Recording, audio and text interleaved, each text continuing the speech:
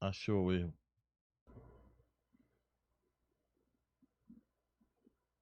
Calma. Não de Libras. Calma. Agora eu não estou escutando, nem escutando, tá? Eu não estou escutando, mas se tá saindo o som lá, não importa, tá? Pô, uma tradução bonita, eu botei poesia, samba, Alcione com Cartola, coisa linda. Agora vocês estão me ouvindo bem? Vou recomeçar, tá? Finge que a gente tá no começo. Pois estamos mesmo. 8 horas e 13 minutos em Indaiatuba. Boa noite, estamos começando mais um episódio do Indaiatuba, nosso podcast. Começando dessa terça-feira quente. Indaiatuba nos últimos tempos está com dois climas. Um quenturão de deserto do Saara, misturado com o núcleo do Sol, ou tá chovendo com tempestades das ilhas caribenhas, com um furacão, tornado e El Ninho, tudo junto, misturado. É o El Tornado Ninho. Sexta-feira teve uma tempestade que deixou o pessoal sem energia até agora. Se só fica monitorando só aí, porque aqui a gente ficou sem. Então, se o pessoal lá tá com som, então manda bala. Nós estamos recebendo hoje os trabalhos do El Bilal nas fotos e na técnica. Agora foi. Nos trabalhos técnicos do El, na técnica e na foto também. E é multifacetado. Estamos recebendo aqui o professor Edgar. Professor, boa noite, obrigado por ter aceitado o nosso convite de estar aqui hoje. Boa noite, é uma alegria muito grande estar aqui com vocês, né? Dando essa contribuição, né, do que é possível, né? E vendo que o empenho de vocês aí está comunicando que Indaiatuba vem desenvolvendo é muito legal, né? Ver essa força jovem aí de vocês e eu vou estar aqui falando um pouquinho da minha história, da minha trajetória aqui em Indaiatuba. Vamos lá. Primeiro professor ou primeiro sambista? Olha, cara, eu considero nem uma coisa nem outra. Eu sou mais um brasileiro que aprende a se adaptar. O brasileiro é isso, né? Desde criança, família numerosa, tal, então a gente vai aprendendo que tem que ser honesto, tem que ganhar o pão de cada dia com o que Deus nos oferece. Deus me deu o dom de desenhar, de gostar de música e tal. E isso é desde criança, minha mãe sempre me falou pra gente que desde criança eu e alguns irmãos meus sempre teve inclinação para o desenho. Então, essa inclinação para o desenho vai puxando, aí a gente vai se encaminhando para o mercado de trabalho com funções que tem alguma coisa relacionada a isso. Eu, com 14, 15 anos, fui tipógrafo, que é uma profissão que não existe mais, mas é uma profissão técnica, e se você não tiver gostar um pouquinho de arte e matemática, você não consegue desenvolver aquele O que faz trabalho. um tipógrafo, O professor? tipógrafo é uma profissão, você tem que dar um Google hoje em dia, porque É, não não tem tem mais. mais. O tipógrafo ele fazia com tipos móveis e metálicos o texto da nota fiscal, do cartão de visita, da duplicata, do cartão, do convite de casamento, que hoje em dia tudo você mesmo faz, qualquer um faz, qualquer computador você faz, até no celular mesmo você faz um.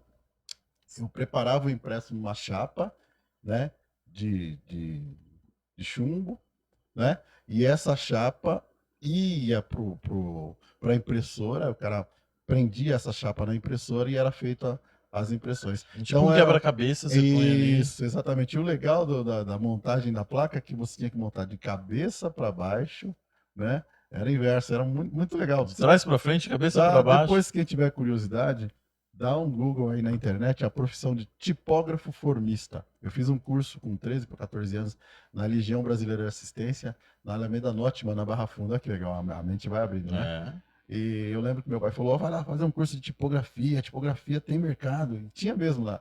Na minha adolescência, tinha muita gráfica ainda que tinha aquele viés mais simples, né? E eu vi, não foi preciso dizer, que aquela profissão, mesmo eu já atuando nela, que ela era uma profissão que logo ia ser superada com as inovações tecnológicas, né? E aí foi que eu fui me adequando, eu fui aprendendo a fazer outras coisas dentro do conceito, dentro daquilo que eu me via fazer. Eu sempre gostei de fazer arte. Aí eu comecei a frequentar a oficina de letreiro, que tinha lá em Barueri, aqui da Atuba também. Eu trabalhei com o Nilson, com o Jonilson, uns letreiros antigos aqui. Uhum. Tive a minha oficininha aqui também. Então, a questão da arte eu sempre procurei tirar proveito dela. Sinceramente, eu gosto de fazer arte, mas como eu posso ganhar um troquinho com isso? Entendeu? Então, Ganhar a vida com o que você gosta de fazer, né? nessa minha cara de pau, eu fui aprendendo a lidar com os donos de comércio, a conversar, a vender o meu peixe. Então, graças a Deus, né? Eu venho utilizando a ferramenta, né, essa ferramenta que Deus me empresta todo dia, que é a possibilidade de desenhar, pintar e tal. E isso, para educação, também foi uma oportunidade muito grande, né? Muito legal, porque até hoje, eu estou há 33 anos trabalhando como arte educador, e eu não canso de ficar sempre renovando lá entra criança, sai criança, e é arte, é pintura, é desenho, é a música, é isso, é aquilo. Isso, por que que eu acho que eu não me canso de fazer isso? É estressante, não, né? Mas porque eu gosto, é muito legal estar com as crianças e tal, e eles estão descobrindo, professor, então não é igual o caderno? Não, o caderno é o primeiro passo, aqui na parede, aqui na tela, ali na placa. Então, é legal essas descobertas que eles vão fazendo, eu vou fazendo junto também, né? Qual que foi o seu primeiro desenho, você lembra? Não lembro. Outro dia encontrei um amigo meu lá, da minha infância, lá de Barueri. Ele falou: Edgar, você lembra da Copa do Mundo, tal, tal, tal? Falei: pô, a Copa do Mundo que eu não esqueço é de 82. Não sei se você já era nascido. Quase, mas ainda 82, não. 82 o Brasil tinha uma seleção fantástica. Jogava Zico, Sócrates, Sérgio Chulapa lá na frente, Cerezo, Falcão, só cara fera. E aí a gente, nas quartas de final, acho que é nas quartas de final, a gente perdeu para a Itália de 3 a O 2, Rossi, não é? Paulo Rossi, cara. E, cara, o cara acabou com a gente. A gente tinha um puta time, então eu não esqueço, né? Aí ele me fala que dessa época aí, que a gente era estudante, eu tinha meus, acho que 12, 13 anos, eu acho que eu fazia os desenhos copiava do álbum de figurinha, que sempre rola o álbum da Copa e tal. Tinha uma promoção que eu acho que a Coca-Cola também fazia com os Trapalhões. Então tinha a caricatura dos Trapalhões e eu copiei a caricatura de um deles ou de alguns deles e fiz para o Celinho, se eu não me engano. Aí o Celinho me encontrou e falou: Edgar, eu tenho aquele desenho lá que você me fez há tanto tempo, há mais de 30 anos. Eu falei: poxa, que Nossa. legal. Então são coisas, são marcantes, né? Posso não lembrar no momento, mas teve um significado muito importante, né? Muito legal isso aí. E eu vou te perguntar, você gosta mais da aula, de tocar ou de desenhar? Mas não tem como, né? Tudo faz Não, parte ó, do seu eu, né? eu entendo assim, que se eu não trabalhar, eu não sobrevivo. Eu gosto da arte, eu gosto de estar sempre em contato com a arte, sempre buscando novidade, o que está surgindo, sempre fuçando lá no passado, nas minhas produções, nas produções dos outros artistas que eu conheço aqui na região, e história da arte, essas coisas todas. Mas eu tenho que entender que eu sou um arte educador, sou um professor, eu não sou um artista. Né? Eu não sou um cara que vivo exclusivamente. O arte educador você É, entende como um um, educador através da arte. exatamente, eu sou um cara que trabalho dentro do sistema educacional para fazer com que o aluno, a partir da arte, se interesse como um todo pela escola. A arte é mais um elemento para que ele entenda que, olha, o processo de ensino-aprendizagem é isso, ele é rico porque ele tem arte, ele tem esporte, ele tem filosofia, ele tem inglês, não é só português e matemática, não é só aquelas duas janelas, né? São muitas possibilidades. Eu, dentro da linguagem artística, eu tento fazer com que ele entenda que ele não vai virar artista, mas ele vai ver que a escola é rica. De todas as riquezas que tem, tem a arte também. Tá? Sim. Eu lembro, inclusive, o professor Edgar nunca me deu aula, mas ele dava aula na escola em que eu estudava, que é a Anunciata Leonilda Virginelli Prato, lá na Morada do Sol. E eu lembro, eu não me recordo agora quem era o professor que dava aula de artes para mim, mas Uhum. eu lembro do professor Edgar subindo as escadas do Anunciata com o seu violão. E a gente sempre falava nessa, poxa, aquela aula é diferente lá, porque o nosso professor, ou professora, não lembro na época, não tocava violão, tinha outros métodos para ensinar arte. E aí isso chamava atenção só de ter o violão ali, subindo com o violão, você fala, aquele é professor de artes, Uhum. sem saber, sem falar nada. Existem inúmeros professores, independente da disciplina, que utilizam essa ferramenta, a música, para mandar uma mensagem. O que eu entendo? dessa minha caminhada dentro da educação. Que eu tenho que trazer para a sala de aula, para o convívio, para o enfrentamento, para a troca com os meus alunos, a minha vivência, a minha história de vida. Eu tenho que falar assim, eu sou negro, sou um homem negro, nascido e criado de tal situação, pobre e tal, mas eu fui conseguindo construir o meu espaço, a minha estrutura de vida e tal, mas a minha cultura é extremamente importante para a minha vida. Você também tem a sua, se identifique e tal. Eu conto a minha história, aí eu falo que eu brinquei bastante com o cavaquinho, depois eu comecei a brincar com o violão. São elementos da nossa cultura que estão aí, que fazem parte da nossa estrutura, né? Do nosso dia a dia, né? É importante isso. E nada mais justo, né, do que já tem um pouquinho de habilidade com um instrumento, trazer ele para a sala de aula. Ele ajuda e muito, ele enriquece muito. Eu comentei contigo antes de abrir, mas é legal eu comentar que agora está aí, né? Tá valendo? Que a primeira escola que eu dei aula aqui foi o Maria Aparecida Maria Pinto da Aparecida. Cunha, aqui no Parque Parque das das Nações, Nações, em né? frente ao SESI ali.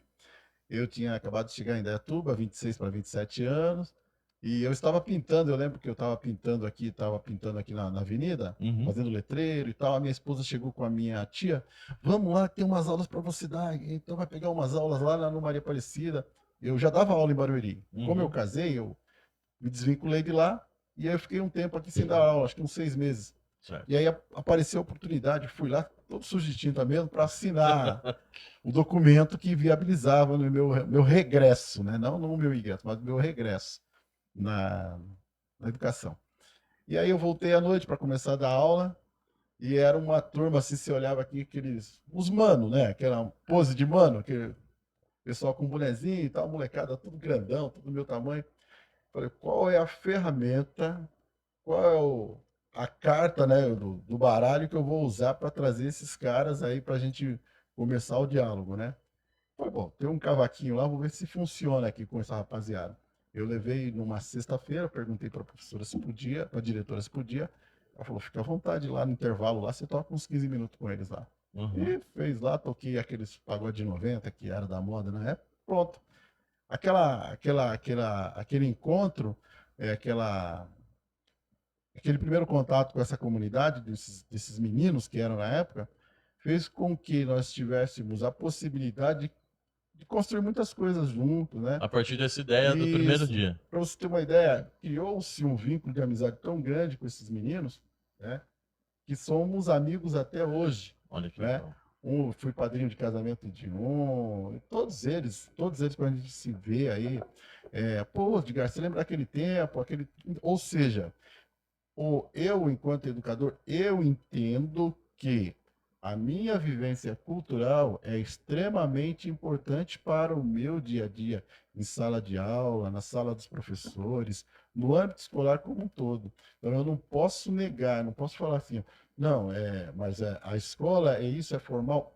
Ela é formal, mas ela tem a prática do dia a dia. A prática do dia a dia inclui, sim, eu estar trazendo para a molecada, para os adolescentes, né, o que é a minha vivência cultural. E aí a gente vai trocando e vai caminhando. E nisso o senhor pode ter influenciado com certeza alunos a quererem aprender violão, quererem Tem, conhecer o um, samba. tem vários alunos que eles falam assim para mim, professor, me ensina a tocar. Eu falo, ó, eu só tenho o meu instrumento, arruma um instrumento que eu te dou o primeiro, o start. E aí o aluno aparece lá com o violão e tal, eu ensino o dó maior. Aí eu fico 3 meses, um ano sem ver o aluno. Aí quando eu vejo o aluno, o cara já está detonando. Aí ele fala, professor, o senhor que me ensinou. Não ensinei não, cara, só empurrei o caminhão na ladeira. E aí foi na internet, foi na igreja dele e tal. Tem um aluno que é impressionante, que eu tinha 2 cavaquinhos, e aí eu dei um cavaquinho para esse menino. Mora lá do lado da escola Elizabeth lá. Eu só esqueço o nome do aluno. Ele já casou também, ele casou com uma outra aluna. Ele vivia falando, o senhor que me ensinou, o senhor que me ensinou. Eu falei, que isso? Eu te ensinei nada, cara. Eu só te dei o cavaquinho, ensinei o que era dó maior. Mas passou uns 3 meses, esse cara já estava detonando o cavaquinho, depois violão, na igreja dele é contrabaixo. Se eu não me engano, ele toca até acordeon hoje. Ele toca Nossa. violão, cavaco, guitarra, porque não para, não para. A molecada tem uma sede de aprender. E hoje em dia o acesso à informação musical é vasto. Ele descobriu lá onde ele pode pesquisar, onde ele pode caminhar e tal. E é legal, eles vêm, enquanto a gente fala, ah, não ensinei não, cara. Eu Só só, foi uma influência. só dei uma empurradinha lá, mas eu fico muito feliz de Quanto ver. que o senhor aprendeu a tocar violão? Aprender, eu tô aprendendo até hoje, cara, não para, né? Mas desde moleque, né? O cavaquinho e o violão, desde molequinho, nas rodas de samba, a gente ficava observando os mais velhos. E é legal, cara, que eu falo assim, tudo evolui, né? A forma de ensinar e aprender também evolui. E eu lembro que a gente, em terra de cego, quem tem um olho é rei, né? É, Na minha infância não tinha quem tocava cavaquinho, nem violão, nem nada na comunidade onde eu fui criado, né? lá em Barueri. Em Barueri. Então a gente fazia um samba percussivo. Era comum isso. Aí Sem violão, só com não batuque. existia, não existia. Era só os instrumentos de percussão da escola de samba que a gente treinava lá, participava e tal. Então era só um samba percussivo. Era comum isso. Na minha adolescência isso era comum. Aí apareceu um rapaz para trabalhar com a gente na gráfica, o Luiz. Aí o Luiz falou, ele que também gostava de samba e tal, só que ele tocava um pouquinho de violão.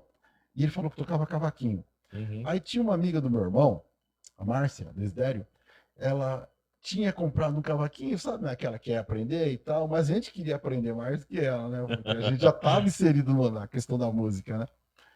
Aí eu falei pro Luiz, agora um mentindo pro outro, né? Ele falou que tocava, eu falei que eu tinha um cavaquinho, já confiando que ela ia me emprestar o cavaquinho, que eu ia levar na gráfica, mas deu tudo certo. Ela me emprestou o cavaquinho, eu levei na gráfica, falei que era meu. Ele falou que sabia tocar e não sabia tocar. Como eu não sabia que ele sabia tocar, ele foi aprendendo ali na hora. E ali foi aquela troca, foi um negócio muito legal. E ele evoluiu pra caramba e ele me ensinou muito, muito. A base que eu tenho de música, eu aprendi com um rapaz que trabalhou comigo na gráfica, nos intervalos, no café da manhã, que era 15 minutos, no café da tarde, na hora do almoço. O adolescente, né? Eu vejo uma molecada, eu era exatamente isso. Eu era muito focado, era muito fissurado em querer descobrir o funcionamento de um determinado assunto. Então, é a música, é o dó, como é que faz o dó maior? É o ré maior? É para pintar, como é que mexe a tinta? Como é que mistura a tinta? Então, eu sou muito curioso, graças a Deus eu não desisto, né? Isso me ajudou pra caramba e tem esse aprendizado. Eu nunca estudei em escola formal de música, aí depois com o advento aí foi evoluindo, as informações começou a surgir nas bancas de jornal antigamente, né? Antigamente tinha banca. Tinha a banca, agora acabou isso aí.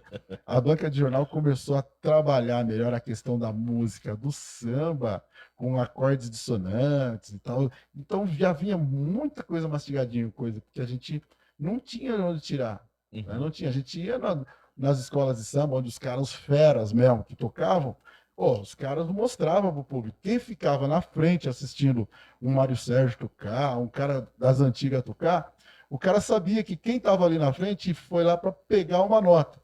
O que ele fazia? Na hora que a gente ia pegar o pulo do gato, ele virava, disfarçava, entendeu? Então não mostrava. Hoje em dia está muito mais democrático. Hoje em dia tem na internet, tem para o iniciante, para o médio, para o avançado, entendeu? A informação ela corre mais solta, né?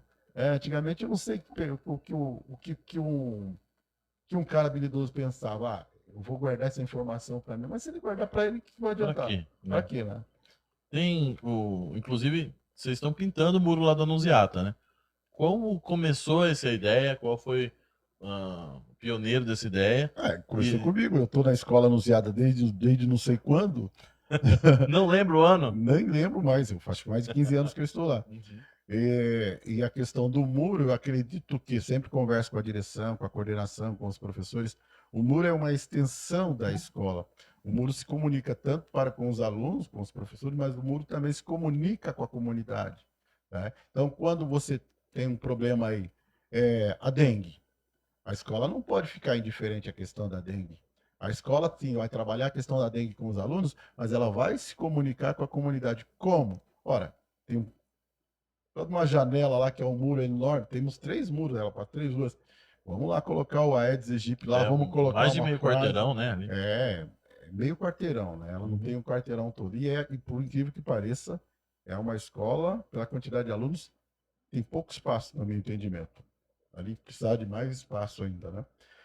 Então, a gente se comunica com a comunidade. Tem a questão da dengue, o coronavírus está lá embaixo, eu acho, Ali naquela. Durante a pandemia. Qual que é aquela Isso. rua? Eu não lembro o nome daquela rua. Mas tem a homenagem aos profissionais de saúde, quem passa Isso, ali SUS. na entrada principal do Anunciata, Tá? né? Aquilo lá foi legal, que a gente inclusive fez até. Tem 2 vídeos no meu canal falando das etapas, né?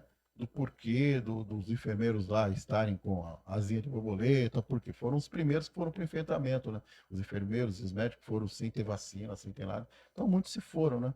Muitos entregaram a vida pelo amor à profissão, pelo juramento que fizeram e tal. E aquele muro conta um pouquinho dessa história. Fala do negacionismo, fala do, né, tem até lá um feijão milagroso lá que eu coloquei um chapéu lá, né? Por quê? Fazer o quê, né? Fazer o quê? Merece uma homenagem, né? Uhum. Ou seja, para um bom entendedor, né? O cara ele vai passar lá, ele vai ver, vai refletir, vai entender muita coisa. Curiosamente, aquela rua ali, que eu vou Né? descobrir o nome já já, ela. Onde tem um ponto de ônibus, não é? Sim, sim. Então, Naquele. né, a participação, a escola sendo Ah, essencial sim, nessa conscientização, né? sim. Aquele ponto de ônibus ficava o pessoal amassando latinha, os tiozinhos lá que a gente chama de morador de rua, mas todos têm endereço, todos têm família.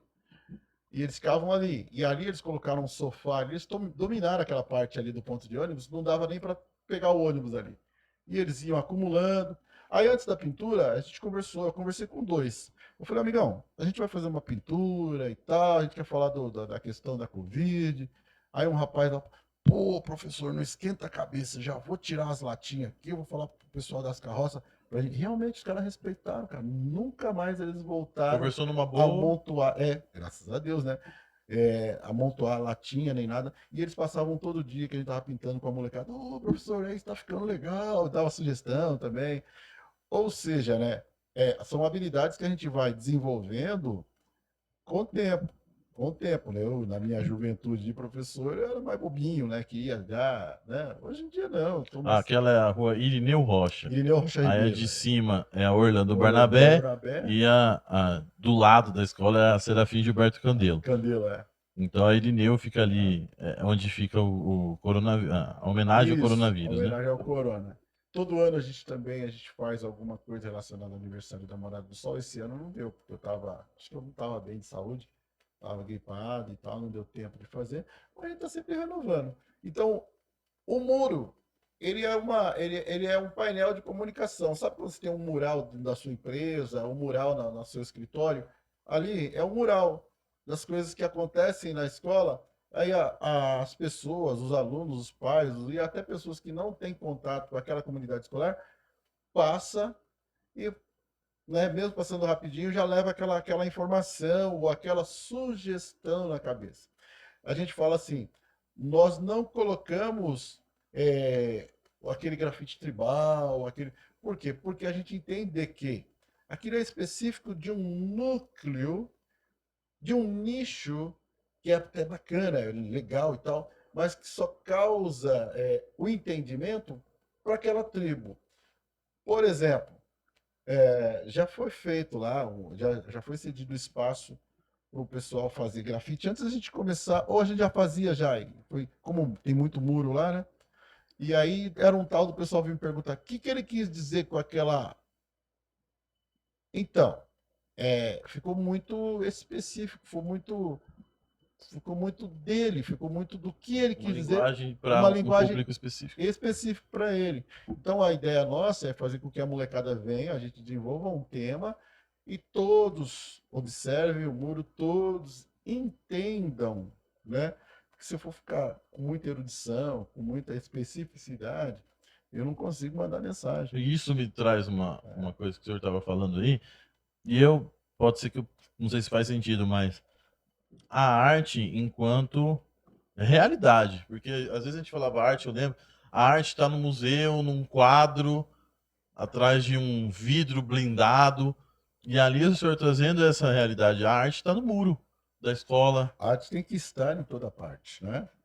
O museu é uma tendência desse mundo, eu vou dizer moderno, mas esse mundo atual nosso, né? Entender que a arte de rua, que é o grafite, que são os murais e tal, eles estão tendo uma força, uma relevância importantíssima para esse atual momento. Tanto é que está acontecendo um movimento inverso. A arte de rua está invadindo as galerias. A arte de rua está indo para as galerias. Tu vê o Cobra, né? Aquele, né? Uma referência brasileira, só para Esse é pegar um exemplo, só né? para pegar um exemplo.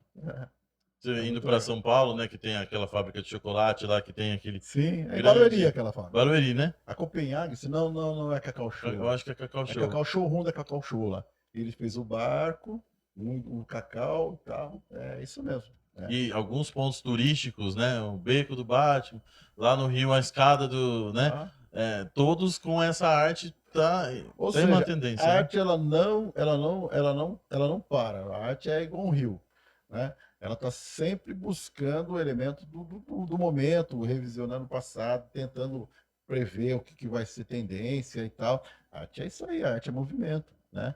E não tem erro, não tem, isso é. Não. Até o que eu te citei, o cara ele fez um grafite aqui para a galera dele, mas é arte, entendeu? Aí tem uma polêmica, vamos dar uma pincelada aqui. E a pichação? O que é a pichação? Ah, isso É é. muito legal, né? A gente falar sobre isso também. O cara que faz o picho, né? Que diz aí, ele, na verdade, ele é a pré-história do grafite e tal. Ele está marcando o território dele. Ele tem uma galera, ele tem um grupo, ele tem e ele simplesmente ele quer protestar com uma frase de efeito, com a sigla e tal. Isso até dentro de uma ideia que eu tenho que me comunicar, eu tenho que me expressar, é também um ato válido. Claro que você vai pensar assim, mas peraí, o pichador ele não pediu autorização e tal, mas o pichador acaba, querendo ou não, na maioria dos casos ele acaba guinando para o grafite. Né? O Cobra é um exemplo disso que a gente acabou de citar. Pichava e É, aos poucos foi um é, movimento grafite que foi suavizando, entre aspas. Já foi. Não era mais a pessoa falar, pô, o cara veio aqui no meu. Não, vem aqui no meu muro, né?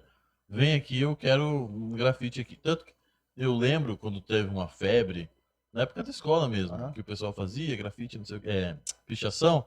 Tinha alguns muros, os únicos que não eram pichados eram o que estava escrito reservado para grafite. E não adiantava o dono do muro ficar brigando com o pichador. Porque você vai lá, você gasta um dia inteiro para deixar seu muro limpinho, ele vem em 15 minutos surge seu É. muro. E aí Então, o grafite passou a ser a alternativa, né? aham, Então ninguém pichava, ó, reservado para grafite.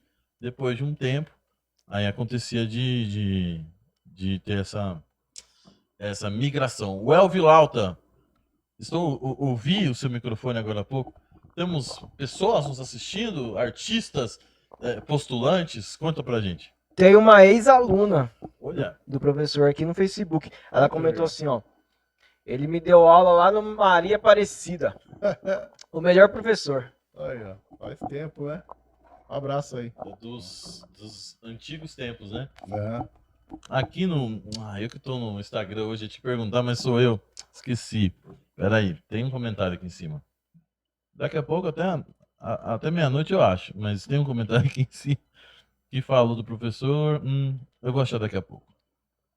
Assim também como tem a questão do desenho, professor, tem a Ah, questão do samba, né? o samba O desde sempre. samba Desde tá nas sempre. suas veias, né? Desde Desde, criança. desde pequeno, desde criança. Aham.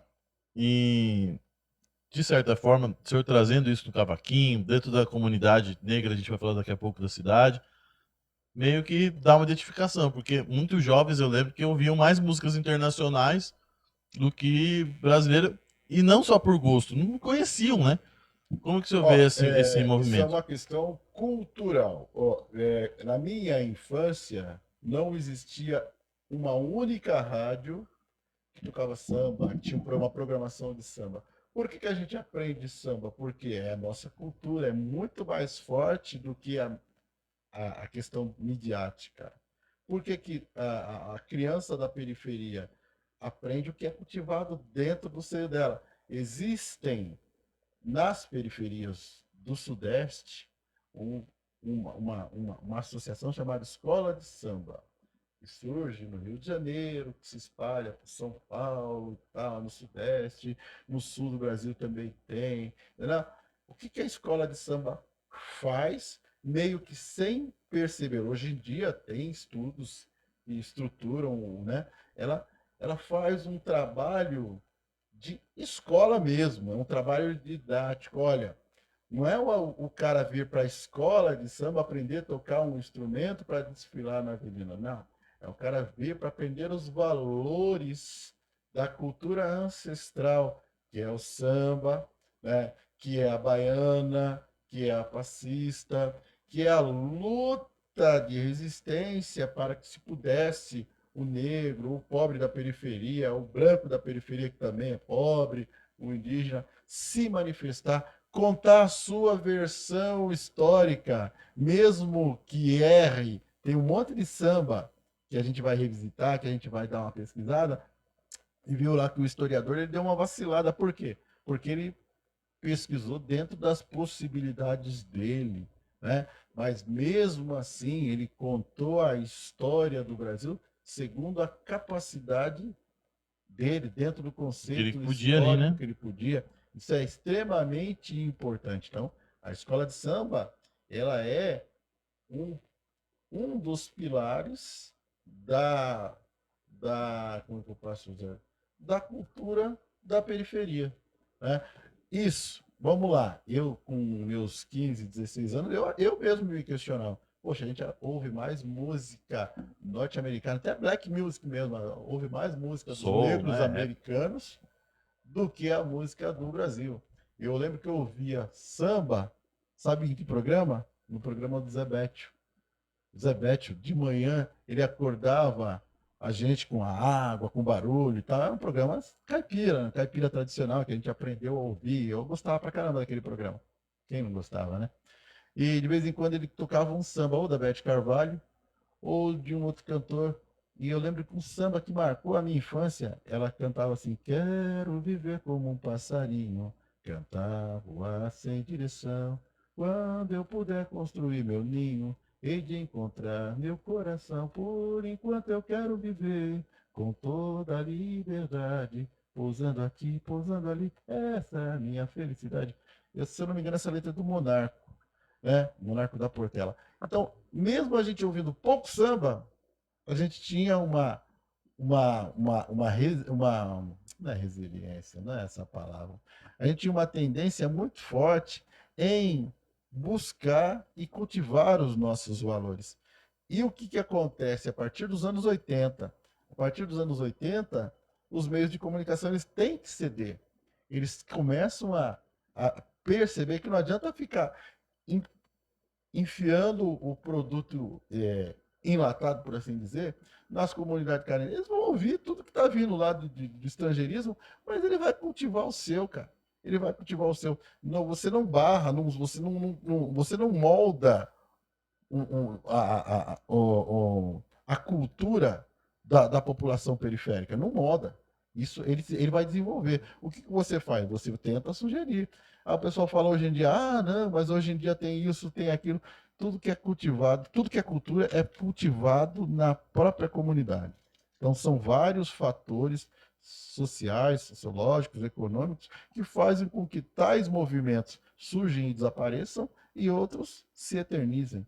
Se você for analisar a história do samba, ele foi perseguido. Já ouviu o samba que o Zeca Pagodinho canta? Delegado Chico Paia? Já ouviu, né? O contexto. Ele disse que um delegado, que na verdade nem delegado não era, antigamente o delegado era assim: eu sou político importante nessa comunidade, você vai ser delegado. Por quê? Porque eu quero. O nomeado, né? E na verdade ele era um leão de chácara, com a desígnia de delegado, falou: ó, abafa todas as manifestações desses pobres aí. E uma das manifestações era o samba. Entendeu? Capoeira. Exatamente, capoeira, tudo que foi perseguido. Chorinho foi perseguido. Hoje tem banda da polícia militar que toca choro. Olha que louco, né? Virou, né? Entendeu? O jogo vira. Quanto tempo demorou para a indústria? Aí. Hoje a indústria, lógico, ela percebeu que ela não pode perder esse dinheiro e esse público, né? Então, você vê novelas com abertura com samba. Sim. Você vê, inclusive, na questão negra, né? Que a gente vai entrar agora. Protagonista negra, quanto tempo demorou para ter, né? Na televisão brasileira. Propriamente no programa de música, aquele que passa na TV Globo, passava, para ter o jurado negro, né? agora, recentemente, que teve. Quanto dessa negritude te. Claro, já falou de samba, falou de arte, mas quanto que essa negritude está presente na sua atuação, professor? Total, cara. Eu não vou quantificar em porcentagem, mas é sempre, a gente sempre busca. A criança negra busca a representatividade. Ela não sabe nem o que é o termo representatividade, e nem sabe muito menos o que é identidade. São termos. Mas ela quer se ver. Ela quer se ver no meio de comunicação, ela quer se ouvir. Ela quer ser. Pô, cadê a minha representação aí? Né? Então, isso é uma busca, e é uma busca que passa a se organizar fortemente a partir dos anos 60 no Brasil, o movimento negro que não é unificado, graças a Deus, que se fosse um bloco homogêneo, não teria tanta diversidade, tanta pluralidade de pensamento. Mas ele vem se organizando e hoje a gente tem filósofos negros, filósofos indígenas que chegam e falam assim, olha, a história que foi contada é essa que está aí, a história eurocêntrica, mas nós também temos o nosso viés histórico, nós também temos a capacidade e a possibilidade de ajudar a construir um país mais justo. Né? A gente não quer briga, a gente não quer nada, a gente só não quer que você venha contar uma história que não me cabe, me colocar uma. Ah, não, a história do Brasil é assim, ô, cara pálida. Eu vivencio a questão do preconceito mesmo antes de saber o que era. Né? Então, dá uma segurada aí, deixa as minorias caminharem, as minorias evoluírem, né? Para de ficar querendo tapar o sol com a peneira, que é um caminho sem volta. A evolução está acontecendo, está acontecendo. Well, Vilauta, eu vou te perguntar um negócio.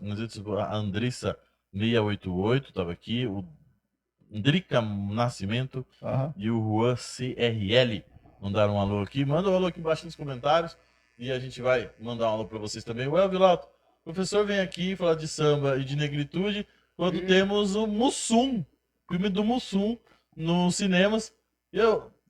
Você foi assistir também semana passada, eu acho. Eu fui assistir esses dias. É um filme belíssimo e que tem o samba como guia ali, né? Porque o Mussum, ele... Além de ator, ele fez parte do Originais do Samba. O Mussum, ele participou, né, ele teve espaço na mídia numa época em que o racismo no Brasil era muito mais descarado do que é hoje. Hoje, o Brasil sempre foi racista. Né? Quem pensa ao contrário tá equivocado. Mas o Brasil sempre viveu uma espécie de disfarçatez, né? Na época em que o Mussum fez sucesso com os Trapalhões, Mussum ele foi escada para muitas piadas racistas. Isso é fato. Tanto é uma prova disso que eu estou dizendo, que a Rede Globo ela não tem como colocar muitos quadros do Trapalhões hoje em dia. Ele tinha consciência disso. O negro bêbado, o negro malandro, e o outro era sempre o esperto e etc e tal. Ele tinha consciência disso, só que ele não tinha o poder de mudar roteiro e tal. Ele era um negro que ele aproveitou a oportunidade que ele tinha, midiática. Ele trouxe muita positividade também, além dessa questão, né? Isso é uma discussão ampla, é profunda. Tem um documentário sobre ele, eu já assisti esse filme novo sobre ele, eu ainda não assisti. Mas eu acompanho, cara, a gente não tá por fora dessa questão, não.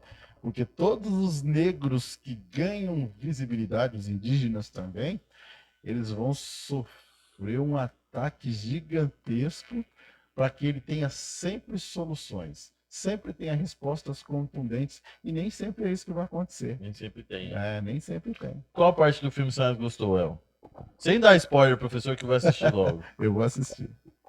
Então... Não, uma cena só. Tá. Eu vou falar a mesma que você, a gente dá a mesma impressão da mesma cena. É um filme de quase 2 horas, então uma cena não vai estragar. Aliás, a história de um personagem conhecido, todos nós sabemos mais ou menos como foi, mas vai lá, fala aí uma cena que você achou bonita. Não precisa dar detalhes, só fala por que você achou bonita. A cena da mãe.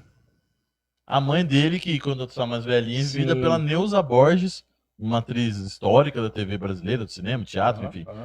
E ela tá muito bem, a Neuza, né? Nossa Senhora. O Ailton, que faz o Mussum, está muito bem, né? Que atuação. Ele fez, eu li em algum lugar que ele fez até procedimentos estéticos para ficar mais parecido. Ele ficou muito bem.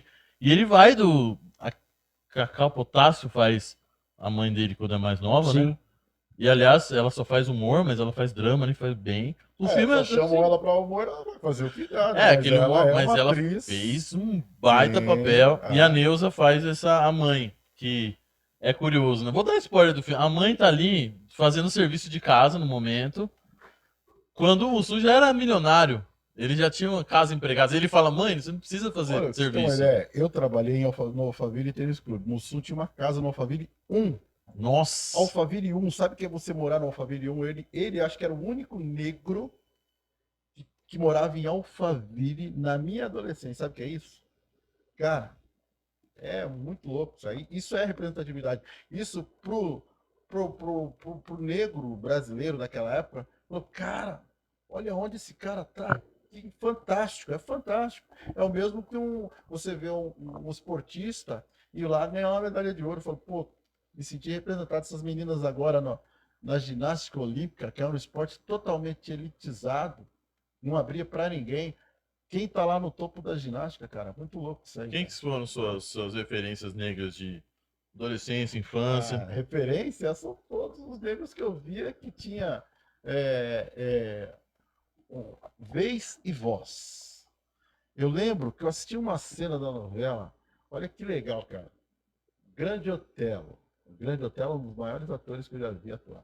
Está no Ele, filme do Mussum. Ele o cara vai é aparecer lá. fantástico. Ele fez uma cena, ele deu a entender assim, conversando com o patrão lá, o dono lá. Geralmente eram novelas que trabalhavam o tema da escravidão. E ele quis dizer assim, que olha, vocês têm tudo, vocês têm o dinheiro, vocês têm as terras e tal, mas tudo isso vai passar. Ele deu a entender numa cena de que o negro não perde a esperança porque ele sabe que os frutos que ele planta, ele vai estar sempre sendo repercutido num momento ou no outro, né? Ou seja, pode me eliminar, mas a minha descendência vai continuar. Então, o Grande Otelo, ele me mostrou isso em vários momentos, em várias vezes que ele atuou, ou no cinema, ou na TV, ele sempre me mostrou essa capacidade infinita que ele tinha, né, de mostrar o quanto era importante o negro estar ocupando esses espaços, né? Espaço de visibilidade, né, de vez, de voz. Ele era escada para Oscarito, era Oscarito e Grande Otelo, mas quem era o cara mesmo, na minha visão, era ele, Não, cara.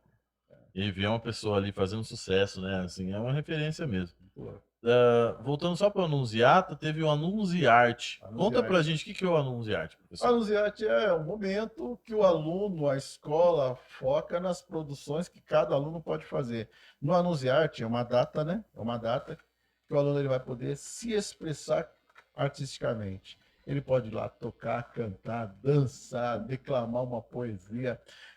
Tem um jogral silábico lá, que a professora fala a palavra e o aluno tem que falar sílaba.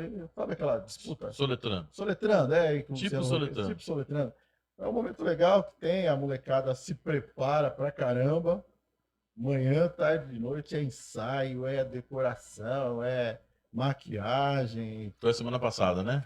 Foi muito legal. O empenho da molecada foi fantástico. Professores também, todo mundo se envolveu. Todo mundo se envolveu, todo mundo. A escola inteira, entendeu? Respirou o Anunciarte lá de uma forma bem intensa. Que legal. É. E eu falei do muro também. Vocês estão Ah. pintando o muro agora, né? Então, Quais foram as escolhas? O tema é educadores. Só que o educadores, a gente não se restringiu a professores. Tanto é que tá o Luiz Gonzaga. O Luiz Gonzaga, na nossa visão, é um educador. Tá Milton Santos, que é o geógrafo. Tá Paulo Freire, né? Deixa eu ver quem mais a gente vem colocando lá no muro. A escritora Machado de Assis está lá, que não é um educador, mas é um educador. Colocamos Carolina Maria de Jesus lá no canto. Uma indígena que eu conheci há pouco tempo, que ela faz um trabalho belíssimo aqui na Bahia, Arissana Pataxó.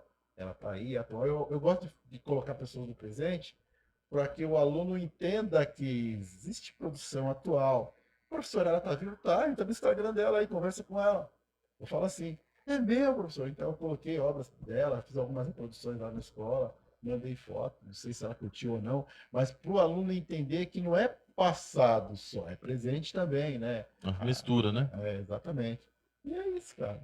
E quanto tempo demora para fazer um muro assim? Eu sei que varia conforme, né? Então, Tempo é, também. a pintura que nós fazemos na escola é uma atividade pedagógica, não um trampo. Você fala para Edgar, eu preciso que você pinta ali para mim e tal, eu vou te cobrar um preço e vou lá e vou fazer no menor tempo possível. Eu e mais um ou outro ajudante. Na escola não é isso aí, a ideia não é essa. É fazer com que a gente desenvolva o tema, mas que a criança, o adolescente, coloque a mão. Então tem muito erro, muito acerto. A gente começa, a gente para, a gente começou semana passada, começou, aí o tempo virou, parou, a gente guarda Choveu. tudo, vai de novo. Então a gente vai aí uns 15, 20 dias para terminar aquela parte lá. Entendeu? Cada vez que a gente tenta fazer lá uma parte do muro, é por volta de 20 dias a um mês. Porque não é direto, é o meu tempo que eu tenho lá na escola, entendeu? É o meu Na tempo que eu tenho aula, lá. né? Eu levo a molecada, não levo todo mundo também. Nas primeiras vezes, a gente levava 30 alunos, aí, vixe Maria, que a gente perdia de tinta. Então a gente pega alguns alunos de cada sala, e depois na outra semana pega outros, e assim vai indo para dar a oportunidade de ter a diversidade lá, de ter a mão de muita gente lá. Eu lembro que eu fiz isso na escola antiga, Aham. quando eu estava na escola municipal, ainda na outra cidade. Eu fiz e eu lembro que sempre que eu passava, eu falava, eu Cara, pintei aquele muro. isso são marcas, né? A escola pública, se não for na escola pública que você tiver, se você não conseguir deixar no seu coração marcas da escola pública, marcas positivas, é claro, né? A escola pública ela não fez o efeito, ela não cumpriu a função dela. É na escola pública que você vai disputar o seu primeiro campeonatinho de futebol, é lá que você fez sua arte na parede lá, é lá que talvez você encontre Grêmio sua. estudantil. Enfim, a escola pública é isso. E é na escola pública que acontece o que é fundamental para a sociedade: o encontro da diversidade. É muito mais profundo o encontro da diversidade na escola pública do que qualquer outro segmento. Quando eu falo isso para os alunos ficam assim, mas qualquer outro segmento? É, qualquer outro segmento. É na escola pública que tem o branco, tem o negro, tem o descendente de indígena. Nas nossas escolas temos pessoas da Venezuela, tem um menino, tem uma família que veio do Haiti. Então temos, é multicultural, é multiétnico, e as características físicas também é um fator é, que é extremamente relevante, é importante. Está tudo na escola pública, então é o lugar onde eu tenho que praticar a tolerância, a aceitação. Se eu tenho preconceito, se eu tenho ideias, minha família falou que eu não posso ficar perto daquele tipo de gente, é ali que eu vou quebrar isso. Porque eu vou ver que aquele tipo de gente, que meu avô tem preconceito, que meu bisavô, um velhão racista e tal, eu vou descobrir que não era bem aquilo que meu bisavô falava. Então a escola pública é um excelente lugar de convivência onde eu vou quebrar muitos preconceitos que vêm, infelizmente, da família. É. E a Cone? Como é que foi o seu envolvimento com a Cone? Olha A lá, Cone é a comunidade negra de negra Indaiatuba. de Indaiatuba, né? Comunidade negra, quando eu cheguei aqui, ela já era atuante e tal. A Cone viveu muitos altos e baixos, né, momentos de muita produção cultural e tal. Quando eu cheguei a me aproximar, fui convidado, né, pela diretoria. Ela estava num momento de dificuldade, né? Porque é difícil, cara. É difícil você tocar uma comunidade negra, né? Não é uma comunidade. Indaiatuba tem as comunidades italianas. Suíça, Olha por aí, alemão. por aí você já vê, né? Dos alemães, dos suíços, dos espanhóis. Agora, negra é de todo mundo, é de todos os negros, de todos os que são simpatizantes. O cara que não é negro, mas que também é do samba, que é da capoeira e tal, é de todo mundo. Então é mais complexo. É mais complexo, a diversidade de pensamento é muito maior. Mas, tirando tudo isso de lado, a gente chegou lá, eu falei, o que eu posso fazer? Ó, Edgar, você não quer na parte cultural? Eu lembro que em 2012, 2010, entre 2010 e 2012, a gente fez o projeto Pagode da Canja. E a gente conseguiu fazer um caixa legal lá. Eu lembro que o finado professor Luiz Carlos ajudou pra caramba lá com a gente também, lá na confecção, na preparação, ajudou pra caramba, ajudou mesmo, entendeu? E teve uma repercussão legal aquele momento. E o Pepe também ajudou pra caramba, o vereador atual. Eu lembro que foi feito uns eventos, a gente conseguiu fazer um muro, porque era uma cerca, cara. Era triste de ver aquela cerca, e uma cerca tava bem decadente a cerca. A gente conseguiu o muro subindo, isso deu uma alegria, cara. Deu uma alegria de ver que, pô, o trampo, né? O trabalho de todo mundo lá. Tem problema? Tem. Tem um negro que pensa assim, tem outro que pensa Y, tem um que é mais esperto, tem outro que é mais honesto. Meu, é o reflexo do Brasil. É uma comunidade. Tem gente que fala assim, ah, mas nós, negros, meu amigo, toda a comunidade tem o seu problema. Então, se a gente ficar se colocando para baixo, a gente não caminha. É E verdade. foi legal que deu esse start. Aí depois teve a troca de representantes. Eu falei, ó, vou continuar ajudando como eu posso, mas na diretoria não dá para mim, porque eu, querendo ou não, eu vou abraçando tudo que vem. Minha esposa que fala, ah, você abraça a música, a pintura, é diretoria disso, diretoria daquilo e tal. Então eu fico lá no resguardo, porque nesse ano mesmo, em janeiro, eu não fazia parte da diretoria mais. O seu Reinaldo não Nogueira, o Reinaldo, vice-presidente da CONI, ô Edgar, pô, sabe, colocar um. Eu falei, vamos lá, peguei meu moleque que estava de férias também, vamos lá pintar a CONI. Vamos lá, pai. Já peguei mais 2 ou 3 que Aquele estavam lá desenho lá, também. desenho de que tá lá agora? Colocamos o Pelé, a Ivone Lara e o Zumbi dos Palmares, homenageando o Ailton Pompeu, que fez. Ele também interpretou o Zumbi dos Palmares, ele já faleceu também. E ele foi também secretário de Cultura, secretário de Cultura, não sei se a nível federal ou de Rio de Janeiro. Ele tem uma história interessante também. Ele fez vários papéis naquelas novelas da Cida, aquelas novelas que eram sempre clichê. O Prestinho na Senzala e o pessoal da Casa Grande. Sempre aquelas novelas eu achava engraçado que sempre tratavam.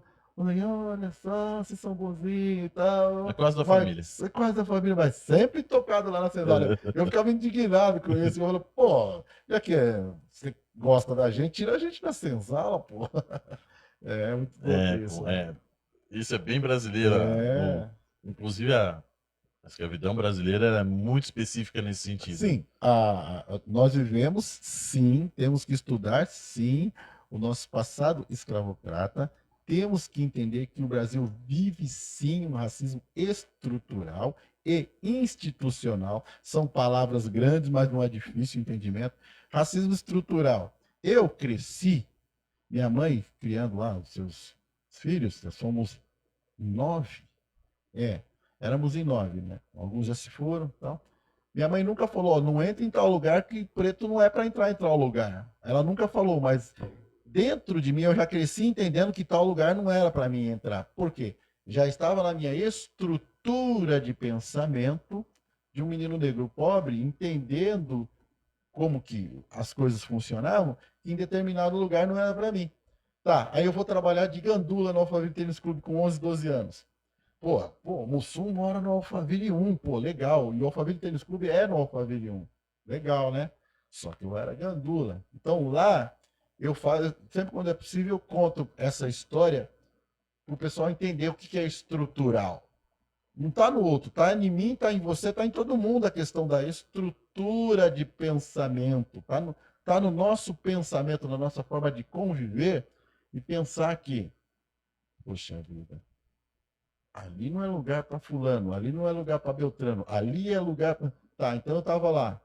Eu tinha que trabalhar. O gandula, ele fazia o quê? Ainda faz, né? O sócio vai jogar tênis e o gandula fica ali, né, prestando atenção para quem que ele tem que... Você ganhou o primeiro set, é você que vai sacar, então tem que mandar a bolinha para você. Depois o outro é a vez do outro, então tem que prestar atenção na contagem do ponto. Simples. Uma semana você aprende a contar ponto e já é um gandula diplomado. 15, 30, 45. Game. Beleza. Só que aí tinha os intervalos. Eu lembro que no intervalo, um dos sócios falou, gandulinha, vai lá na lanchonete, compra um refrigerante para mim, um Guaraná para você. Eu falei, oh, beleza, vou ganhar um Guaraná também, né? Só que da quadra que eu tava, que era da quadra 5, até a lanchonete enorme lá, tudo gigantesco lá. Tinha o hall das piscinas, muitas piscinas assim, estavam, não sei se era sábado, se era domingo, calor da bexiga. Eu lembro que a gente ficava tanto tempo na quadra que aqui ficava branco de sal. O suor secava e Nossa. ficava sal. A gente jogava água, mas não adiantava nada, era sol o dia inteiro. E eu lembro que eu estava indo para a lanchonete, caminhando pelo caminho. Tinha até aqueles carrinhos de golfe, você quer ver nos filmes?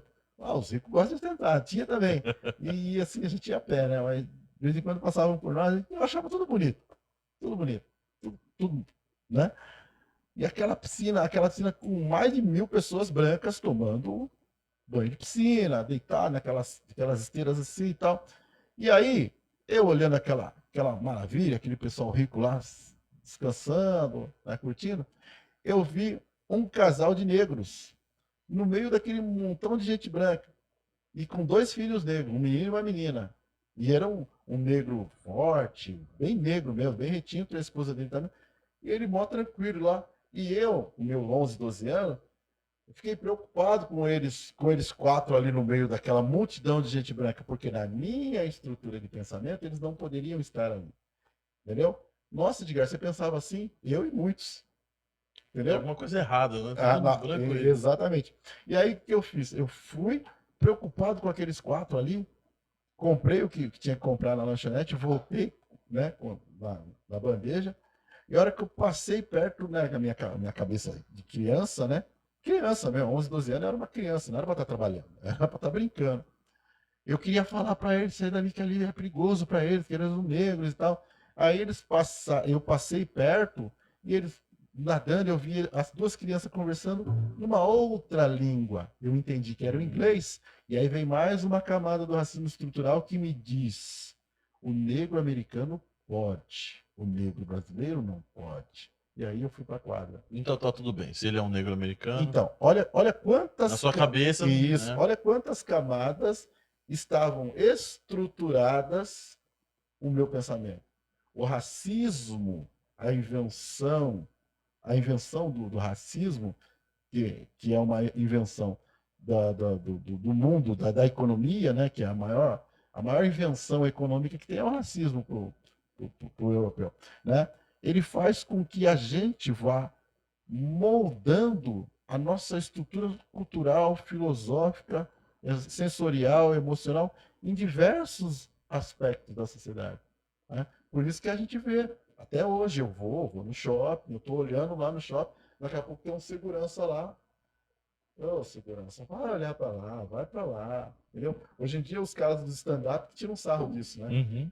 Eu me divirto com esses caras que fazem stand-up, porque eles falam que geralmente a muamba não tá com escurinho, tá com menos escurinho, porque todo mundo vai olhar para o escurinho, né? Uhum. Então o racismo estrutural e institucional, ele está totalmente entranhado em todos os brasileiros. Não é essa. Isso aí não é um problema do negro, é um problema do brasileiro. É um problema do negro, do indígena, do branco. Todo mundo tem que estar junto aí, pelo menos começar a entender essa engrenagem para poder saber o que fazer. Sai do tempo da negação para depois ser tempo da negação. Exatamente. Professor, como era em Indaiatuba, agora voltando para a sua vinda para cá, há 20, 26, 28 anos atrás. Que Indaiatuba que o senhor encontrou quando chegou aqui? Eu encontrei uma Indaiatuba saindo daquele aspecto de cidade interiorana e começando aquele boom de evolução, de desenvolvimento. Eu cheguei aqui nesse momento. Não vou ficar falando de nome de político da época, não vou ficar aí, né? Dando, né? Mas era assim, era uma virada, né? Era uma virada. Indaiatuba tinha um jeitinho, tanto é que eu dava risada que tinha um programa de rádio que era um senhorzinho que ele era meio imitação do Zé Bétio. Já só, não sei se você lembra disso. Não, já só não. Já só. Eu falo, meu Deus do céu, cara, que legal, né? Eu vim pro interior, né? Vim pro interior, tô aqui. Só que eu cheguei aqui, eu fui vendo as coisas acontecendo, bairros novos surgindo, bairros mais antigos se reestruturando, né? A educação de Indaiatuba, né? Como eu estou dentro da educação, tanto estadual quanto municipal, eu vi a evolução que aconteceu, né? Em termos de tecnologia, de avanço, de pedagogia também, né? As metodologias novas, né? Então, eu acho que eu cheguei aqui no momento certo, na hora certa, porque eu consegui me estabelecer aqui. Estou casado até hoje com a minha esposa, tenho 2 filhos, o mais velho já casou, já se formou, já tá vivendo a vida dele e tô cuidando do mais novo. Ou seja, deu tudo certo. O interior te atraiu pra Indaiatuba? Não, porque era assim, eu não tinha, moleque de 25, 26 anos, não tinha nada na cabeça. Minha esposa era daqui, né? Minha esposa é daqui, minha esposa é da Vila Mercedes, pessoal que veio de São Bernardo do Campo há 40 e poucos anos atrás, então minha esposa, a gente se encontrou na faculdade de Itu. E aí, vamos casar? Você vai para Barueri ou eu venho para Indaiatuba? E aí eu falei, quer saber, cara? Eu com esse negócio de samba, muito colega aí, eu vou para Indaiatuba, que Indaiatuba é cidade do interior, cidade mais calminha, né?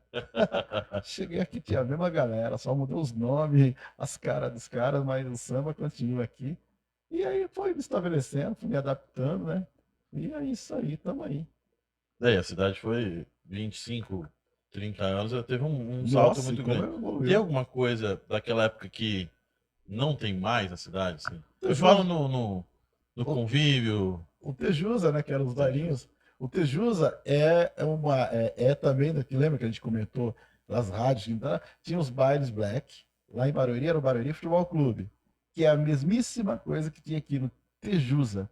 Tanto é que, como eu vivi a metade da minha vida lá e aqui, eu falo que tem o Sereno, a escola de samba Sereno. Lá tinha a escola de samba que eu curti quando era moleque, que era o Oba Oba. Então, ou seja, a forma de lidar do cidadão da periferia é sempre mais ou menos similar, entendeu? Tem as igrejas católica, evangélica, tem os de matriz afro, entendeu? São essa diversão. Tem os campos de futebol. O campo de futebol é a mesma cena. A mesma cena nos anos 80 é a mesma cena no Brasil inteiro. Era aquele campo de futebol de terra, com cal, os instrumentos de escola de samba, fazendo aquele samba rancho, os caras jogando futebol, os negão de Black Power, entendeu? O pessoal de boca de sino, e foi evoluindo, foi evoluindo, e foi evoluindo. Esse aluno aí do Maria Aparecida nessa época Aham, o e o de Claudião. hoje, o que que. Não, mas do geral, assim, o aluno médio. Ah, o Mudou o aluno aluno médio? mudou. O que muda, hoje em dia, o aluno tem muito mais mobilidade, mais conforto, as necessidades, os perrengues que eu passei, que você deve ter passado, essa molecada dessa geração aí não tem essa questão de, olha, você fala assim para eles, olha, passei fome, passei perrengue, eles, eu também passei fome, mas aí chegou a pizza. Entendeu? Então é outra questão. Hoje em dia o que a gente vê nas escolas são mães e pais que trabalham pra caramba para dar as coisas para os filhos, para dar o tênis, para dar o celular, e aí não dá certo, a conta nunca faz, nunca bate. A gente cansa de falar que não é por aí, mas pai e a mãe falam, eu não tenho tempo, eu não sei o que fazer. Então, o aluno que dá trabalho é isso aí. Eu ia te perguntar uma coisa que estava nas suas primeiras aulas e que está hoje, mas ela está aqui em cima da mesa. Olha lá. Que é o violão. Vamos fazer um Vamos fazer somzinho? um somzinho aí. Vamos fazer um som aqui então. Tinha um pedido aí, não tinha, El? Vamos ver se a gente acha ele aí. Ih, rapaz. Acho que vai ser só. Vamos ver. Tá afinadinho. Então, com calor, sabe o que é, né? É. E se a gente pegasse esse microfone e botasse perto aqui do violão? Vamos lá. Fazer a improvisação. Ó, vamos ver. Foca no professor ali. Deixa ele aí que eu acho que capta, né? Quem sabe faz ao vivo, meu. É assim mesmo. Se quiser trazer o microfone pra pertinho assim. Ó, aí sim. Sorriso negro, abraço negro, traz felicidade. Nego sem emprego, fica sem sossego. Negro é a raiz da liberdade, negro é cor de respeito, negro é inspiração, negro é silêncio, é luto, negro é a solidão, negro que já foi escravo, negro é a voz da verdade, negro é destino, é amor, negro também é saudade, entendeu? Deixe de lado esse baixo astral cadê? Enfrente o mal que agindo assim será vital para o seu coração. É que em cada experiência se aprende uma lição. Eu já sofri por amar assim, me dediquei, mas essas conhecem, né? E essa daqui, ó, das antigas, ó. Gatina, vovó lavou a roupa que mamãe vestiu quando foi batizada. E mamãe, quando era menina, teve que passar. Muita fumaça, calor no ferro de engomar. E mamãe, quando era menina, teve que passar. Muita fumaça, calor no ferro de engomar. Hoje o olhar de mamãe marejou, só marejou, quando se lembrou do velho, o meu bisavô. Disse que ele foi escravo, mas não se entregou à escravidão. Sempre vivia fugindo e arrumando confusão. Disse que essa história do meu bisavô, negro fujão, valia mais que hoje em dia uma nota de milhão. Disse afinal que o que é de verdade ninguém. Mas hoje liga, isso é coisa da antiga. Oi, Natina, Natina. Ney Lopes essa poesia. Descreve bem o que era o convívio, né, de ontem e hoje, das famílias dos negros, das periferias, né? Os conselhos que mamãe, que o avô, que o pai passa. Menino, toma cuidado. Menina, presta atenção e tal. É isso. Qual música que o senhor toca na aula, assim, que os alunos falam, nossa, que deve ter várias, mas uma assim que é unanimidade dessas Olha, que o senhor leva para a por sala de incrível aula. que pareça, porque eu faço também, eu escrevo as músicas para eles, né? Tem uma música que eu escrevi, eu acho que em 2007. 2007. Até hoje o pessoal fala, pô, professor, aquela música lá. Eu já mudei, já modulei, já mudei o ritmo dela. Essa aqui, ó. Assim será. Amanheceu e aqui estou, com vontade de aprender. Descobri junto contigo o ABC, o ABC.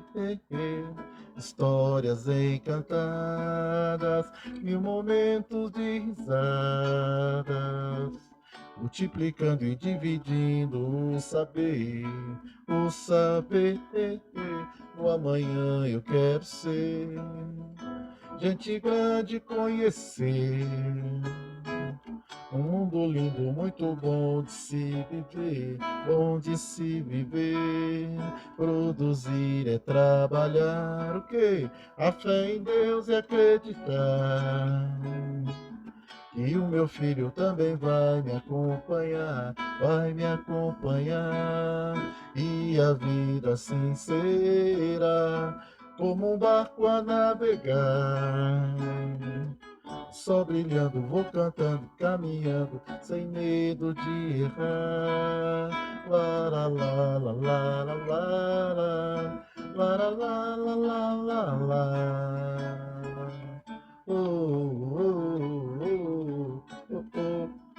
Então, esse texto eu fiz em 2007, uma sala de aula, tava um calor danado, né? O texto veio e eu canto essa música até hoje. Multiplicando Isso, e dividindo o saber. isso, Produzir é cultivar, fé em Deus, é isso? isso. Ah, Professor, a história da minha caminhada, vou pedir né? para o senhor separar o último para a gente fazer a saideira, mas eu vou fazer Beleza. um bate-bola. Vamos lá. Aqui, fala para mim uma comida que o senhor gosta. Eu como pra caramba, sou bom de garfo, graças a Deus, né? A feijuca, né, cara? Feijoada. Feijoada. É. Uma. Essa vai ser difícil, hein? Um cantor. Cantor? Solo. Cantor? Ou cantora. Solo. Cantor ou... Banda eu vou falar depois. Cantor, sozinho. Cantor, cara, eu admiro muito, como sou do samba, adoro samba. Da atualidade, eu admiro muito a potência vocal do Péricles, né? Pra mim, unanimidade quando se fala de cantor. Cantor, mas como eu sou um cara assim, mais voltado no que diz assim, juntando tudo, cantor e o que cria. O Péricles também é um excelente compositor do Pagode 90 e tal, mas cantor, compositor, pra mim é o Cartola. Cartola. E olha que Cartola não tinha aquela potência vocal, mas não precisa, é educação, né? É verdade. E agora uma banda. Banda, Junto, como diz, fundo de quintal e não se fala mais nisso. um medo.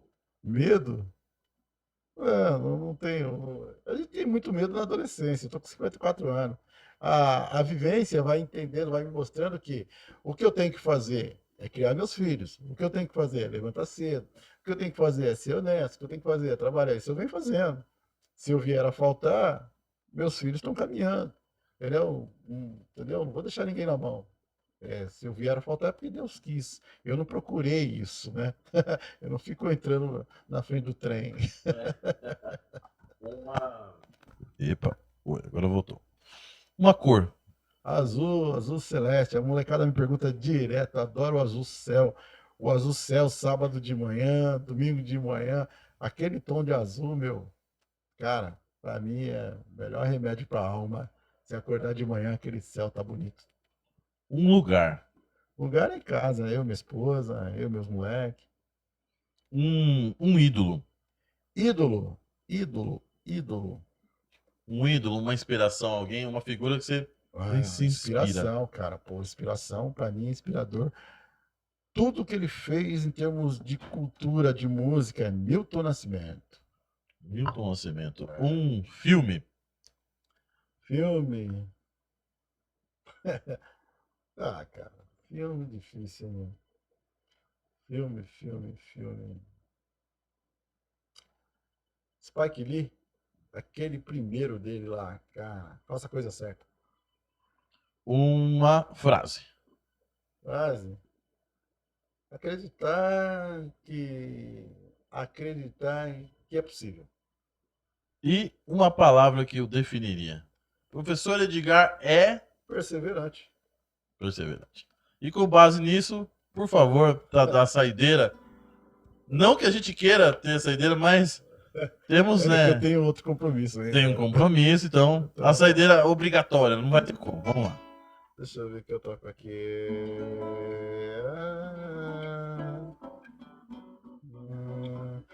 Deixa eu ver.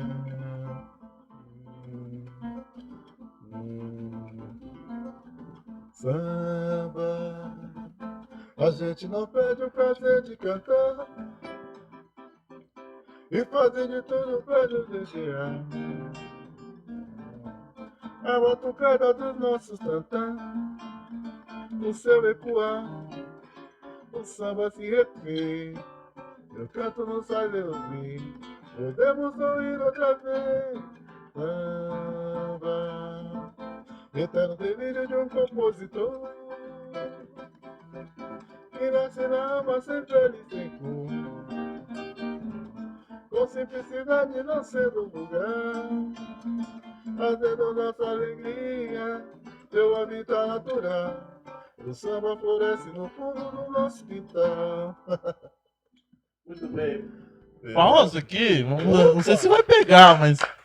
Professor, muito obrigado por ter obrigado disponibilizado seu tempo. De um artista, professor, educador, eu pai de família. Eu me considero um artista. Eu sou um arte educador que adoro o que faço, né? É isso aí, é arte, né? É isso aí. Muito bem. Arte junto com educação, que é um desafio, né? É um desafio. Ameniza muito as questões do dia a dia quando eu vejo que eu posso alegrar o coração da criançada com as cores, com os sons, né? E aí diminui as tensões. Vou fazer um barulhinho aqui, mas rápido. Senhor Elvio Vilauta, muito obrigado aí pela assistência técnica, fotográfica, Tudo. comentarística. Hoje eu tô tudo aqui. Tal faz tudo hoje. Faz tudo. Severino.